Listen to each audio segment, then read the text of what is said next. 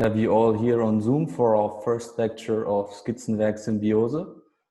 As usual with these lecture series, we wanted to address a certain topic which we think is important. And in our case, as the title of our lecture series suggests, this is symbiosis.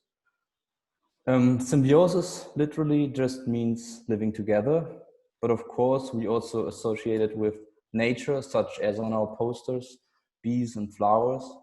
But from these propositions, we want to expand the idea of symbiosis to the realm of architecture, as we think that architecture also could be seen in a more collaborative way.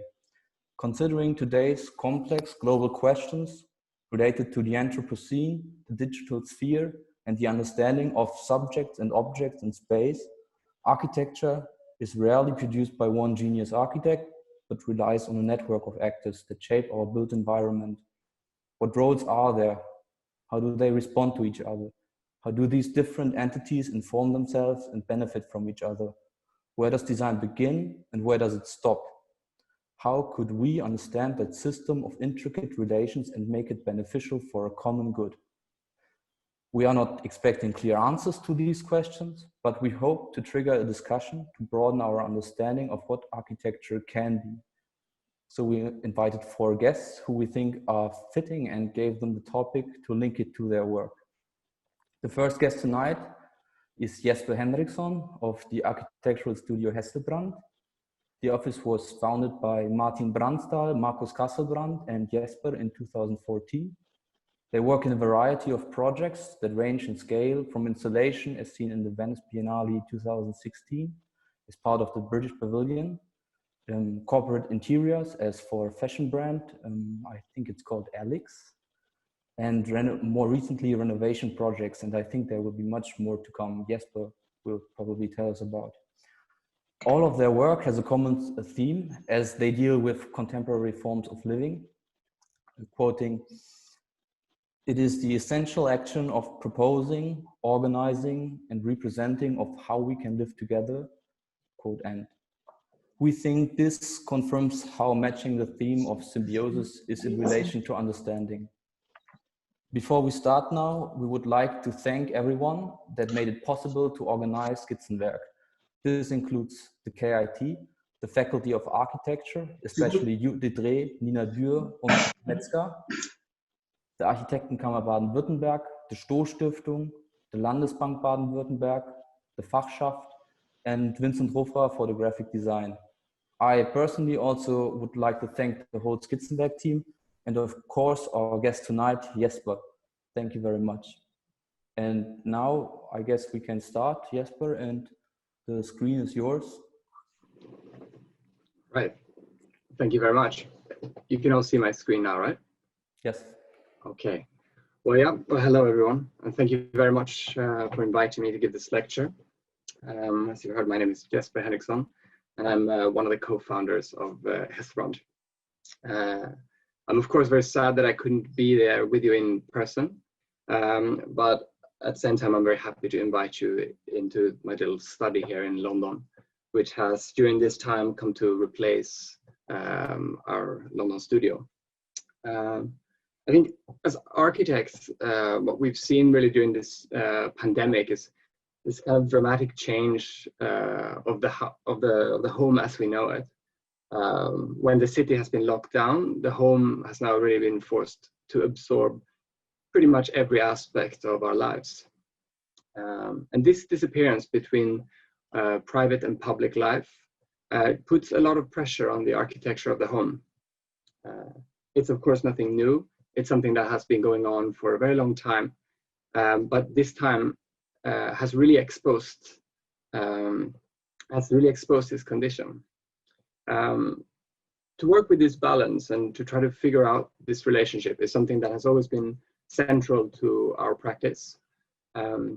We know that as society develops, our needs change, and so does the use of our buildings. We believe that change is the inevitable fate of architecture. We believe that a good building doesn't tell you how to live, but it offers opportunities for you to shape your own environment. A good building is a building that can absorb change. So To put it simply, the aim of Hesselbrand is to design buildings that have a loose relationship to their use, so that people who live in them can decide for themselves as to how they want to live.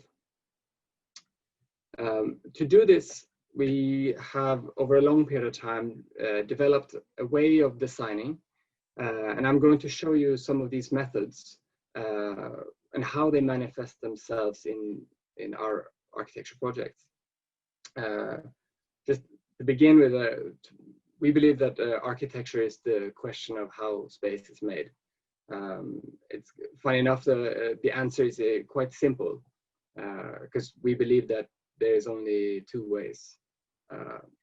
You can either subdivide a surface by changing the relationship between the floor and the ceiling, as we see in Ernesto Goldfinger's house, or you can do it by principle, which means by to add elements according to a rule.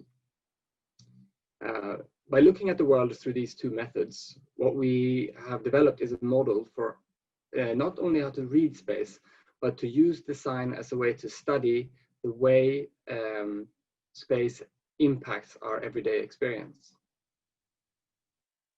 The images that you see here are from an exhibition in which we took a series of spaces that we believed possessed to have a certain spatial quality. Space or have spatial ready-mades that contain a certain intimacy. These are not necessarily design spaces, but they contain a quality that we feel could, if treated well, be applied somewhere else. So we looked at kind of simple spaces. One was the interior of a taxi cab. We took the idea of a beach and a hotel bar and analyzed their spatial quality through this way of thinking and recreated them as models at a different scale and a different context.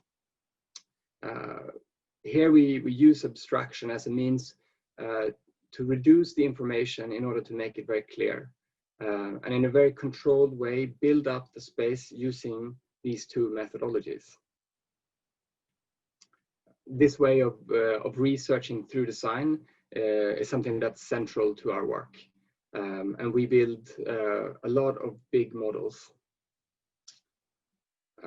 Here, this is a model for a small house where we have been exploring the idea of a big sliding door, which when you open starts to shape sort of exterior space around it. And the house itself can then be very small, and by simply opening the door, you activate new spaces. Here is another one. This is in Lincolnshire in England. What happens when we develop these models is that we start to slowly apply them in more permanent projects.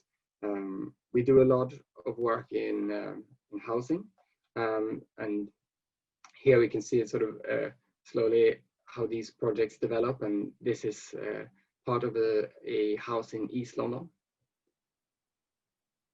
Or here's another project in Paris. We use these methods really all the way through the projects. They work on every scale. This is for a clothing store in Paris. And this design is really expressed through its details. And the kind of space is really created in the small moments that happen in between. So once you have that, and then you apply a principle, that's when you start to get a kind of, how can I say, a proper space. So the same idea works when we go to a much bigger scale. Here is for a hotel that we are working on in Ticino in Switzerland.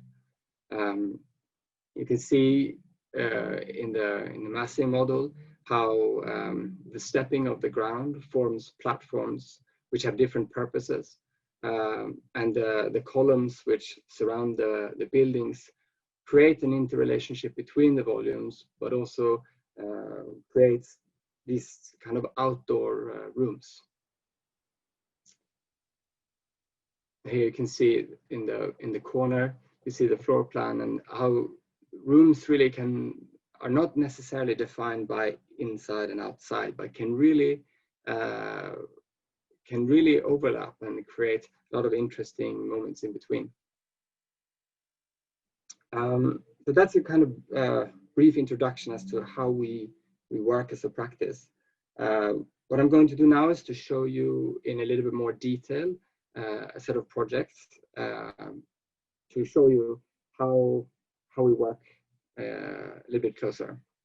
The first one we're going to look at is called Fourth Glade, and it's a house in East London.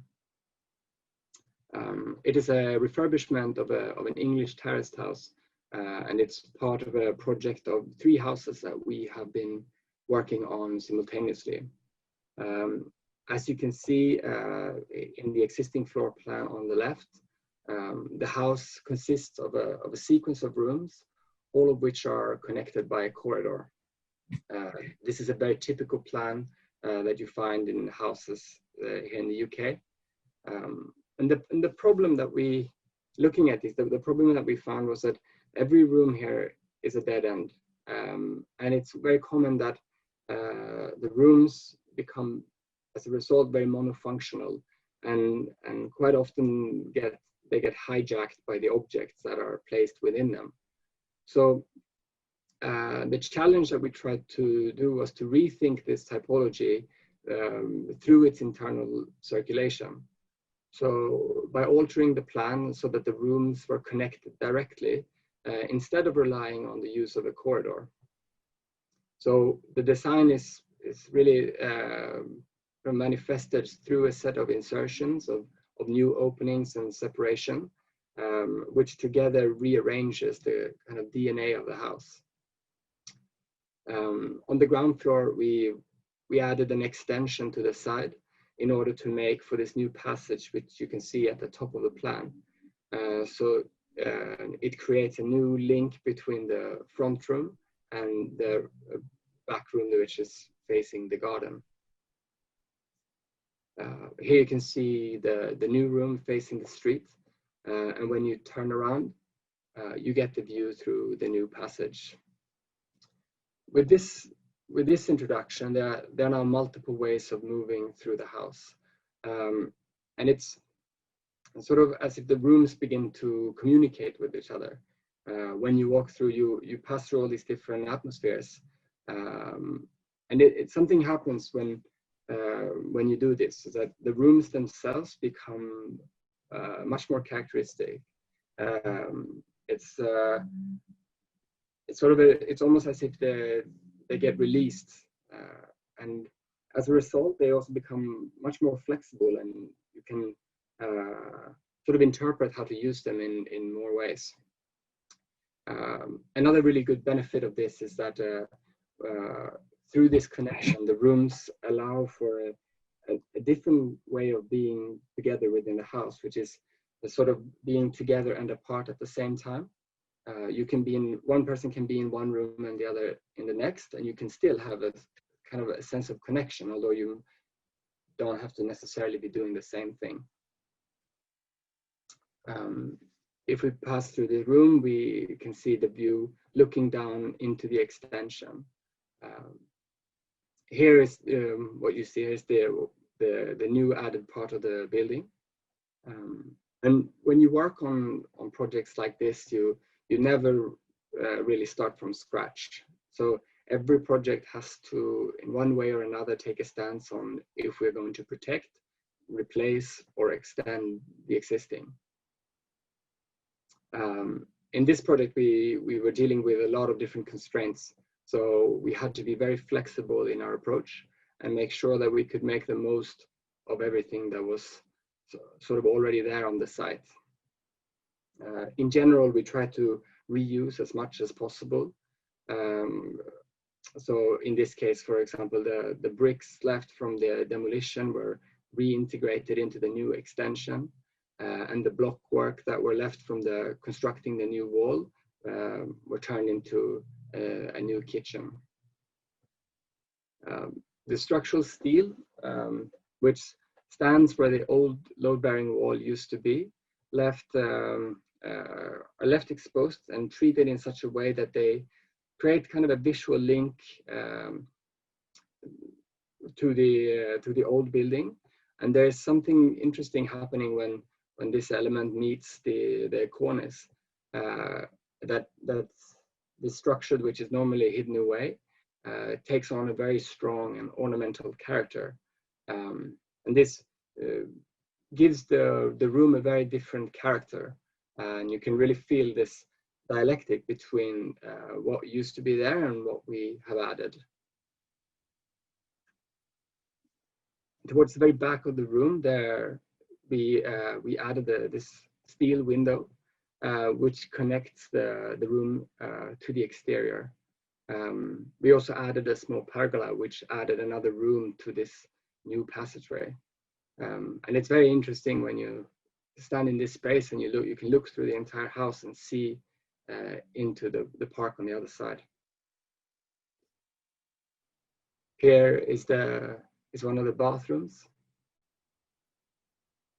This one here is completely tiled and gives a very clean and neat feeling. And the other one is treated more as a room with a bath in it. We like this, I think as Scandinavians, we have learned quite a lot from the English tradition of dressing the interior. So it's very exciting how in British houses, you can really experience so many different atmospheres within one building. Okay.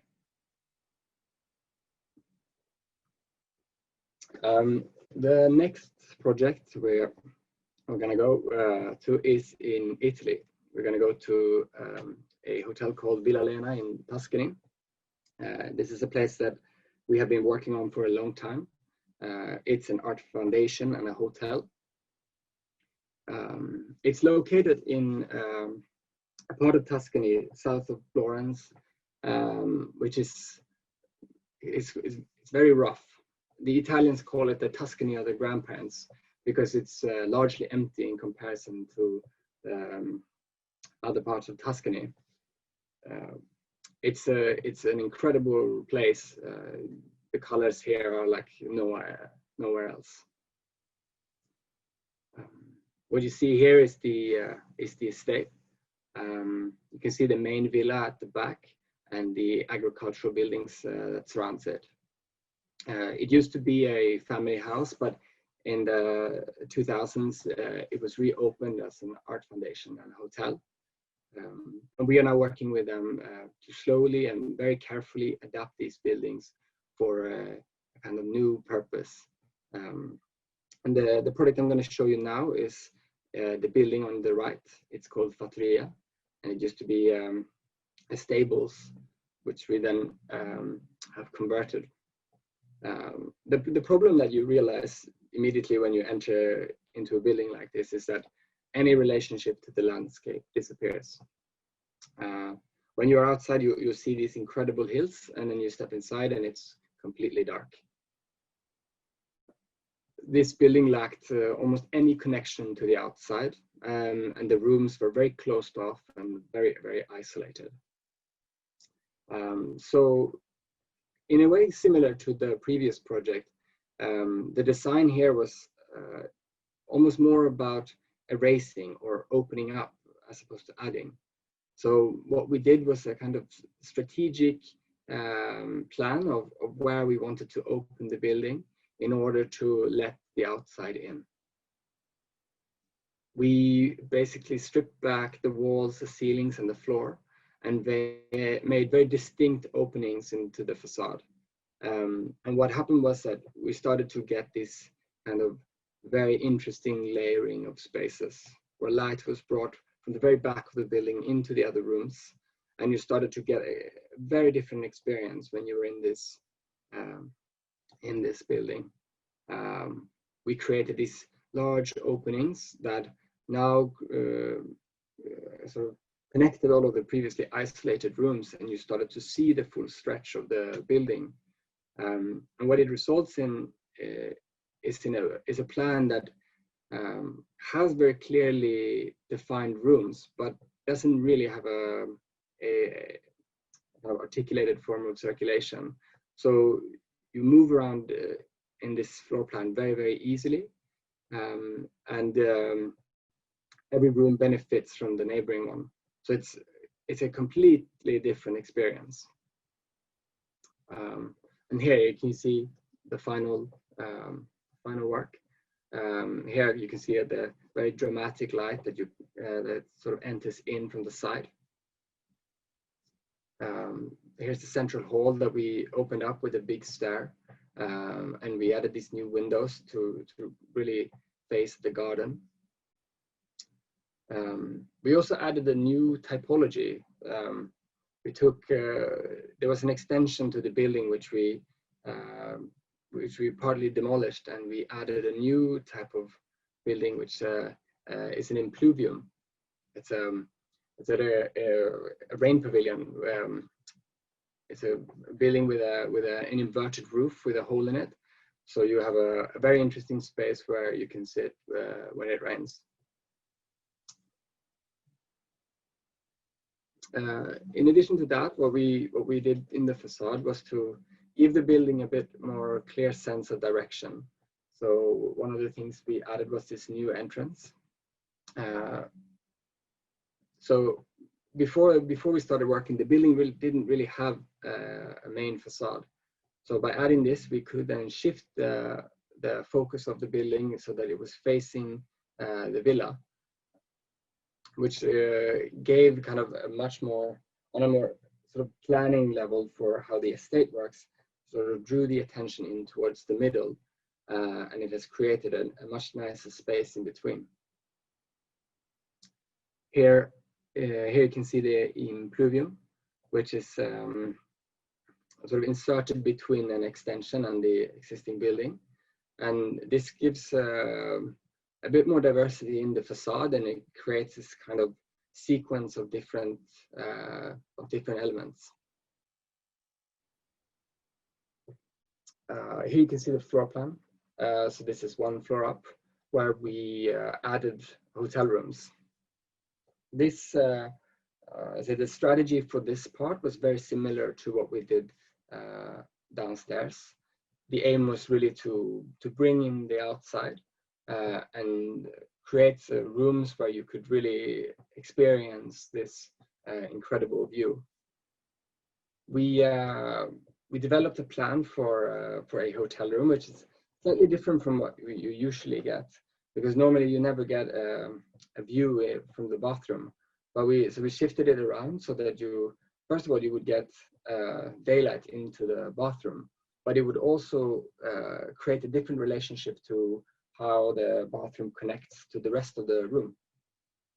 So we inserted these cores, which contains all of the services, because the building prior to this didn't have very much. And then we positioned them in such a way that when you're in the room and you leave the door open, they kind of extend the space, and you also allow for as much light as possible to come into the room. They were built kind of like furniture, so they gave, because the room or the existing building had very tall ceiling heights. So when you do hotel rooms of this size, you can get a strange effect where it feels almost like you're in a box. So we wanted to bring this scale of something in between a piece of furniture and architecture. So this kind of big joinery piece is also what contains all of the services that sit inside of the hotel room, so we can neatly tuck things away. Here you can see one of the rooms. The sliding doors that we used are very big, and they allow for a much more fluid relationship between the kind of bed and bathroom. And you can kind of use this as a piece of furniture, and then it activates different parts of the room. Yeah, here you can see the relationship between the bed and the bathroom. We sort of like that getting ready in the morning or in the evening is not necessarily something that you have to do in private, but it could be very much part of a social experience. Yeah, here you can see this is one of the bathrooms. One of the really amazing things of working in a place like this is that you have access to materials and craftsmanship that is very hard to come across elsewhere. It was really an amazing experience for us to work with all the artisans around in Tuscany. We didn't really expect that this would be available, but we managed to make so many bespoke pieces at an incredible quality.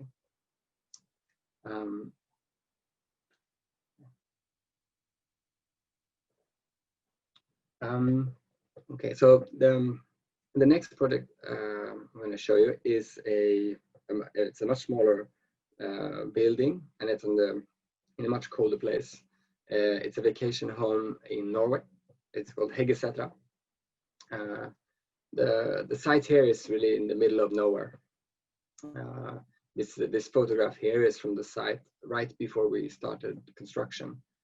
And one of the challenges when you work on a site like this is that when you have so much space around you, there's a risk that you end up feeling very exposed.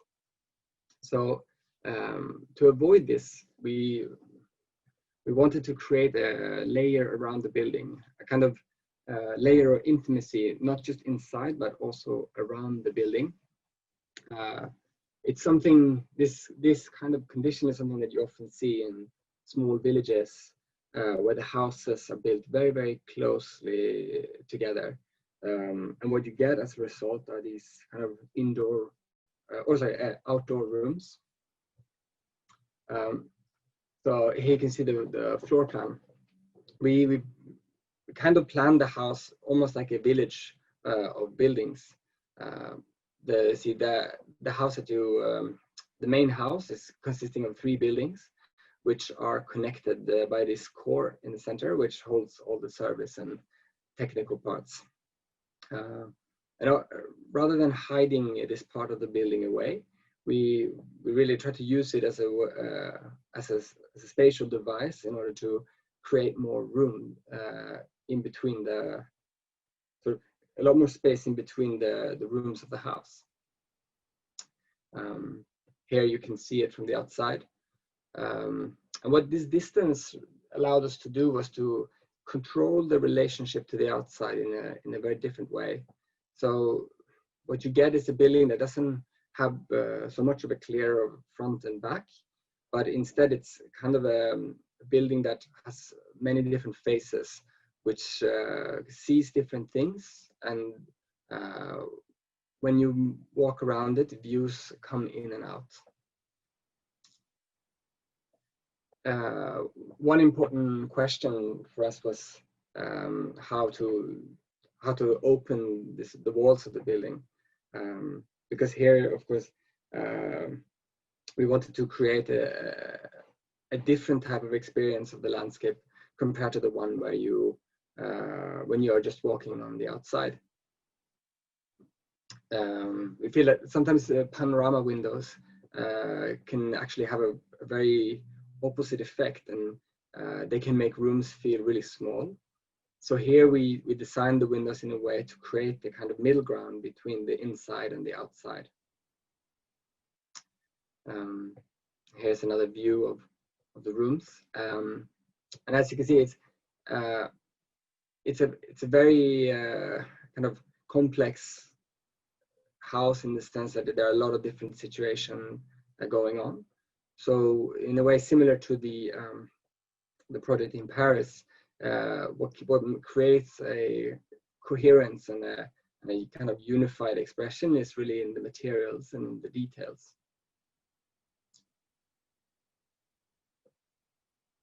Okay. Now I'm going to show you one more project. This one here is called the Courthouse, and this is a project that we have been working on for a very long time. We have always argued that the society that we designed for is now so diverse and so complex that if we try to predict how our buildings are going to be used, we can only fail. So in parallel to the other projects that we do, we have been developing this this new type of terraced house, which is really designed to adapt to its user over time and serve multiple different purposes, so that it can accommodate for different situations. So you see on the right, you have the very basic plan, and then through very simple alterations, you can get a variety of different scenarios. Each house of these, they consist of 2 floors, and they are outlined by a party wall. All of the essential functions like a staircase, bathroom, kitchen, all of these utilities are located in a central core, and around which the social and private rooms are organized. So this makes it possible to move between the rooms without having a corridor, which you see more commonly in a traditional terraced house.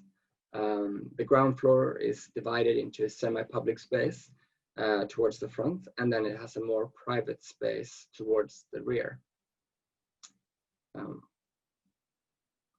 So when you enter the house, you have the option of going straight through to the living room via the core, or you can enter into the front living room. The dual access makes it possible to, in this case, dedicate the front living room for a different purpose. In this case, it could be a small office.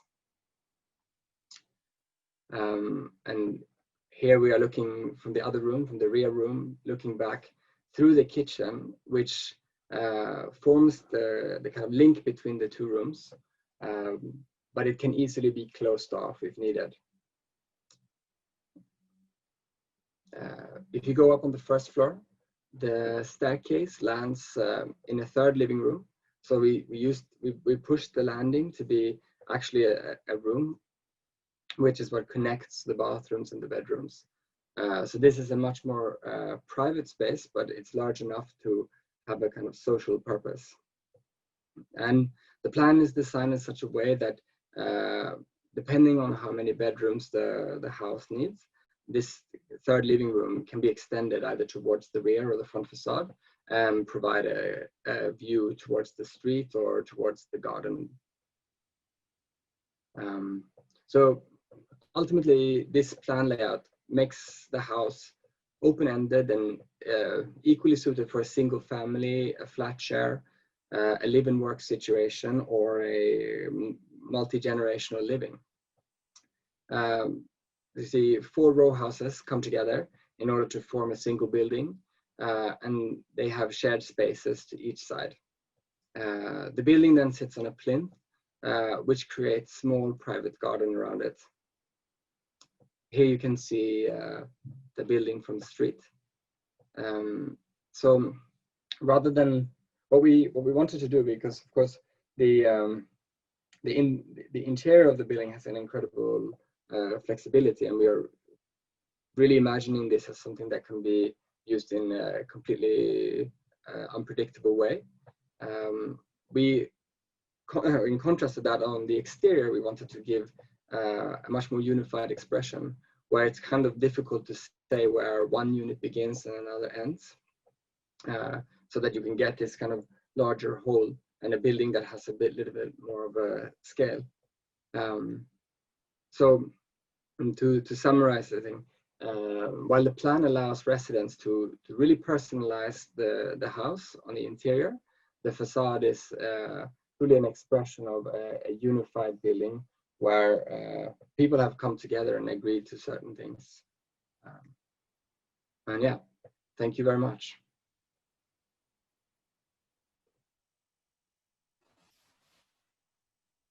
Thank you very much, Jesper. So I think we open it up for everybody to ask questions if there are some.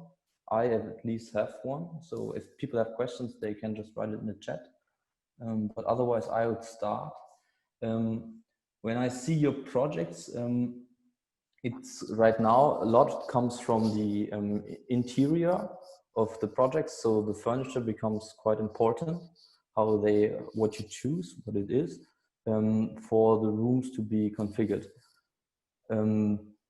My question is: are you right now also interested in making furniture itself, or what's the so what is your what's for you right now the topic to search for? If I see, for example, also the cupboards in Villa Lena that go around the corner and then create a new room because the spatial relation is a little bit changed by the cupboard that it is. You know, I wonder what's the importance of the interior for the of the furniture for the plan. It's a very good question. For us, we really started looking at housing from the inside out. The first research we did was really about the interior.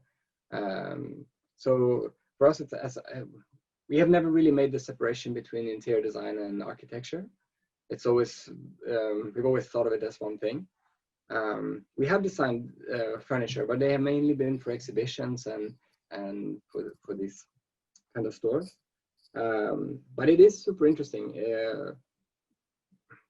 We have tried several times to make a chair, but it's very difficult, and you always end up with a chair that someone has done before. But yeah, no, the interior as a project is a huge one, and it's incredibly important to us. Okay, my second question would be about references of your work, because for example, the row houses, if you look at it in a full plan, it reminds me at least of the Mies Lafayette Park, and also in the other plans sometimes there's at least I guess a kind of an aesthetic quality to it that could be linked, and also the what is it? If I think of the Mies row house studies and the 50x50 from the first slide that you showed, is this an important reference that is on your table often? Yes, of course. Okay. It's one of the nicest plans I know. So it definitely has been it's definitely been when it comes to references, I think when we started the office,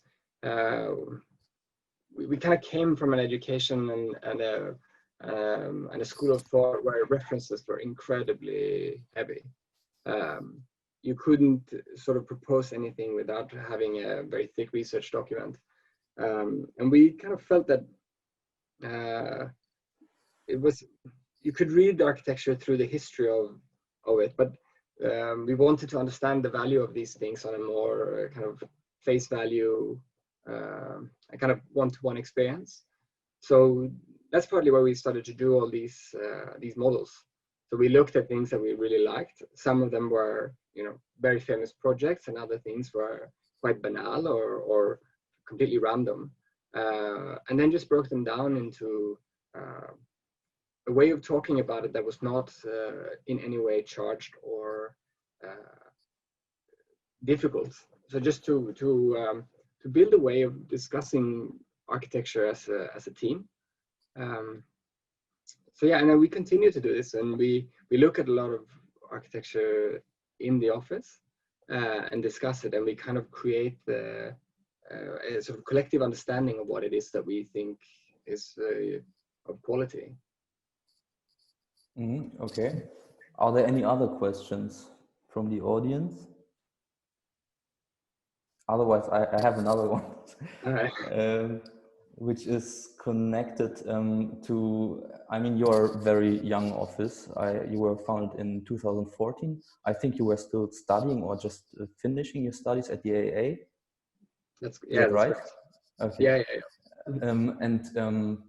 I remember Jack Self was last year. He was in Karlsruhe for another lecture series, and he told me that he's working together with you on some projects. And I would have been interested if any of these projects are in collaboration with him, or what are the projects that are in collaboration with him, and how you are connected? Oh, I mean, Jack is has since we studied together to begin with, and we have always worked very, very closely. I think the influence we have on each other's work is visible in everything. I'm thinking, well, Jack was involved in the Alix project, the Paris fashion, the fashion stores. And then, of course, the very first project that we showed, the 3 farm models, that was in a close collaboration with Jack, self, and OKRM, who is sort of the three of us have worked on a lot of projects together. It's very important to have these kind of alliances when you work today. People bring a different set of skills and new perspectives to the table. So yeah. So maybe this would be interesting for me as I'm graduating hopefully this semester. How do you get started from after graduating? Did you work in an office, or did you just start? Well, yeah, I mean, did you just start? Did you work in an office, or did you just start doing your own things? Well, Magnus, Martin, and I, we had all worked quite a bit before we moved to London. So I think we were a little bit,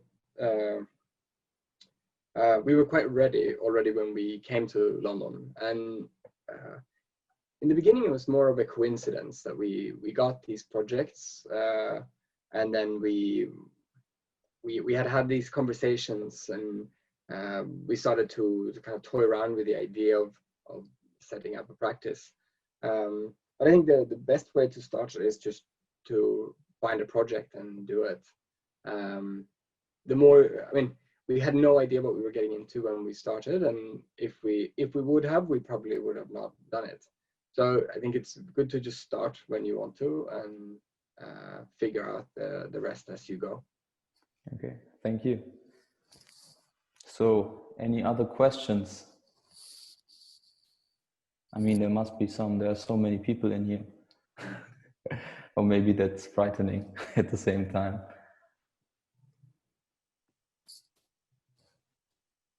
But if there's no other, I think I can only thank you, Jesper, for your lecture. It was really interesting. And hello. Hi. I find quite interesting your offices. You have so many different cultures, and the projects are are built in different countries, and you have a style or a philosophy in the buildings that is quite an indicator for your office, I think. How do you sorry. How do you what is the impact of your cultural background for your projects? The impact, so can you say that again? What is the cultural background or the different cultural backgrounds of your office for the projects? That's a good question. We've all lived in many different places, and I think us as a generation, we have traveled so extensively, and we have friends everywhere. So I think we never really wanted to be a local practice. There was never, it never felt like an attractive position for us to take, because what we were inspired by and the places that we like to go to are scattered all over. So I think we wanted to find a way to practice, and that's also where this kind of language of design comes from. That we wanted to find a way where we could be flexible enough to work pretty much anywhere with anyone. So the thing that keeps these projects together is the way in which we make space. It's not so much about the other things. There was one more question, maybe more of a general question, how you gain confidence to do the things you want to do.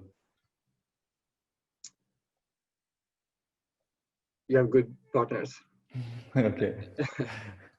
No, I mean, we have been so fortunate to be a team, so that we always fill up where the others lack, and then we work with incredible people like Jack or OKRM, or we work with big engineering firms like Arup.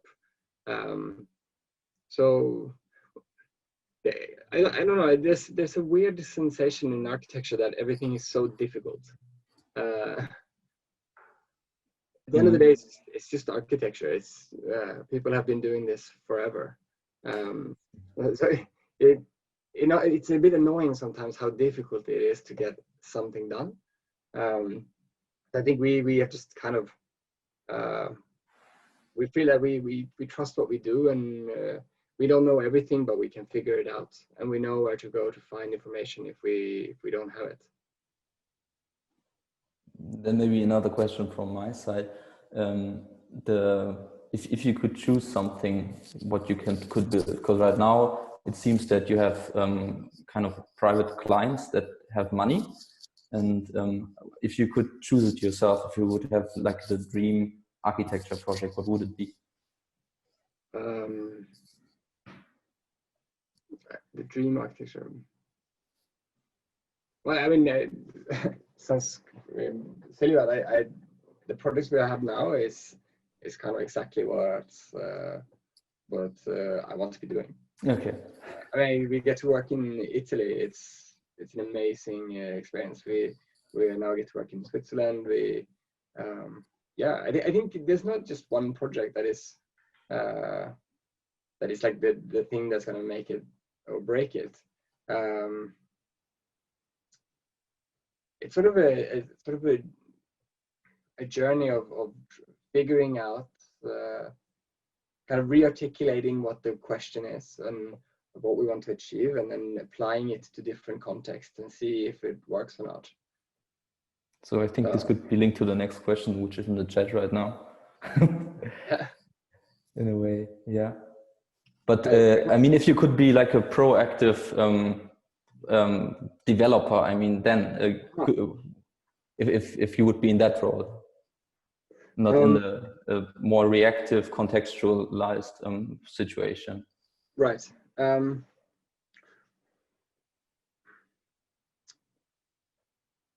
Well, the thing that we really want to do is large-scale housing, and that's very difficult to do because it's as a small practice, it's very difficult to get the chance to do it. So yeah, that would be, I think, to work with a good developer, or like you have in Germany, Gemeinschaft, to really like see what's possible. I think that would be an amazing opportunity. Okay. Are there any other questions? Maybe something's coming in. I had a question to the context. When you're starting on a project, are you doing a lot of research regarding the context, or do you just intuitively find a combination between what is there and your unique style? It's a combination. We do a lot of research in many different fields, but we also take our own intuition very seriously. Like, it has to feel right, otherwise it's not going to work. So we do a lot of research, and we discuss it a lot with the team. We have this formula that we use. We call it purpose, material, form. So we always start by defining the purpose, whatever it might be. And I say purpose instead of function, because purpose can be something much more than just a program. It's about creating a certain certain expression or something like that. And then we look at material. So we look at what is where are we in the world? What's available in terms of what materials make sense to use in this place? What kind of people are we going to be working with? So it's because, I mean, as an architect, you're not the one building the houses. You're simply drawing instructions. So if you are not in understanding of who is going to build it, they're not going to make a good job, and that's not fun for anyone. So that's something that we always we work a lot on figuring out what we can do and how do we make the budget go as far as possible. And then from there, from the kind of work, that's where form really starts to emerge. So we are not so much into kind of form finding exercises. It's not really how we work as a practice.